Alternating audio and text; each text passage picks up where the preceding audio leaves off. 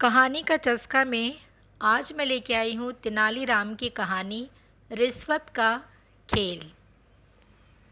विजयनगर के राजा कृष्णदेव राय के दरबार में कलाकारों का बड़ा सम्मान था। उनके दरबार में संगीतकारों, गीतकारों, कवियों और नर्तकों का तांता लगा रहता था। वो सभी दरबार में अपनी अपनी कला का प्रदर्शन करते थे और इसके बदले उन्हें पुरस्कार दिया जाता था।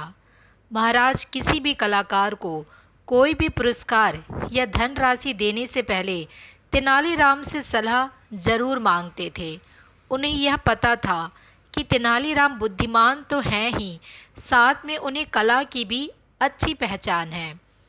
तेनालीराम को मिलने वाले इस सम्मान से बाकी दरबारियों को जलन थी। दरबारी चाहते थे कि राजा तेनालीराम पर विश्वास करना बंद कर दे। एक बार तेनालीराम दरबार में ना आ सके। उनकी गैर मौजूदगी का फ़ायदा उठाते हुए दरबारियों ने राजा के कान भरने शुरू कर दिए।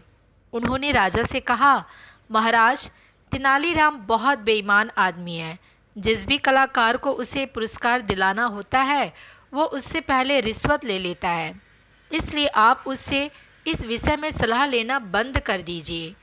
4-5 दिन तक तेनालीराम दरबार में नहीं आए तो दरबारियों ने फिर वही बात राजा से कही।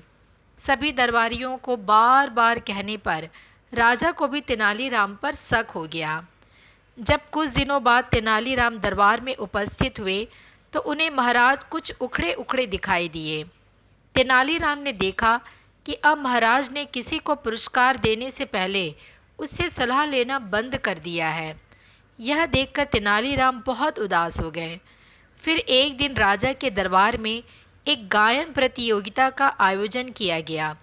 प्रतियोगिता खत्म होते ही तेनालीराम बोले, एक गायक के अलावा सबको इनाम मिलना चाहिए। लेकिन राजा ने तेनालीराम की बात टाल दी और बिल्कुल उल्टा व्यवहार किया।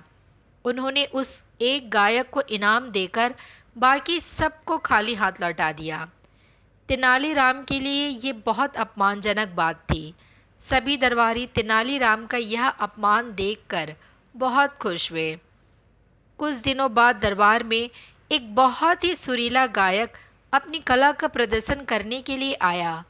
राजा की आज्ञा पाकर उसने गाना शुरू किया। उसकी आवाज़ और सुरताल बहुत मधुर थी।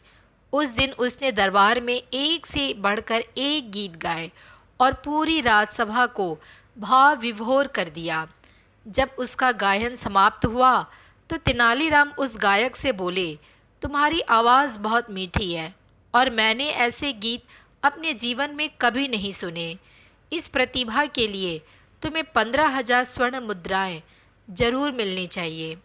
तेनालीराम की बात सुनकर महाराज बोले, तुम्हारी कला वाकई में लाजवाब है, लेकिन हमारे राजकोष में किसी गायक के लिए इतना धन नहीं है, इसलिए अब तुम जा सकते हो। राजा की बात सुनकर गायक बहुत निराश हो गया और अपने वाद्य यंत्र समेटकर जाने लगा। तेनालीराम को उस प्रतिभावान गायक की दशा पर बहुत तरस आया। उन्होंने भरे दरबार में उस गायक को एक पोटली दे दी। यह देखकर दरबारी विरोध करने लगे। सभी एक स्वर में बोले कि जब राजा ने गायक को कुछ नहीं दिया तो तेनालीराम कौन होता है खैरात बांटने वाला। राजा को भी तेनालीराम के इस हरकत पर बहुत गुस्सा आया। उन्होंने सेवकों को आदेश दिया कि गायक से वो पोटली छीनकर मेरे पास लाओ। सेवक पोटली लेकर राजा के पास आए। राजा ने उस पोटली को खोला तो उसमें मिट्टी का एक बर्तन था। मिट्टी का बर्तन देखकर राजा ने तेनालीराम से सवाल किया कि ये बर्तन तुम गायक को क्यों देना चाहते हो। तेनालीराम बोले, महाराज, बेचारा यह गायक इनाम तो हासिल नहीं कर पाया, लेकिन कम से कम इस दरबार से खाली हाथ तो नहीं जाएगा। इस मिट्टी के बर्तन में वो तारीफ और वाहवाही भरकर ले जाएगा। तेनालीराम के मुंह से यह जवाब सुनकर राजा को उसकी दरियादिली और सच्चाई का ज्ञान हुआ। उनका गुस्सा गायब हो गया और राजा ने गायक को 15,000 स्वर्ण मुद्राएं इनाम में दे दी। इस तरह तेनालीराम ने अपनी सूझबूझ और ईमानदारी के बल पर राजा का विश्वास दोबारा हासिल कर लिया। वही तेनालीराम के विरोधी छोटा सा मुंह लेकर खड़े देखते रहे। इस कहानी से हमें यही शिक्षा मिलती है कि सच की हमेशा जीत होती है और उसे अंत में सम्मान भी मिलता है। फिर मिलूंगी आपसे एक नई कहानी के साथ। और कहानी सुनने के लिए इस चैनल को सब्सक्राइब करना ना भूलें। अपना मैसेज ज़रूर लिखें।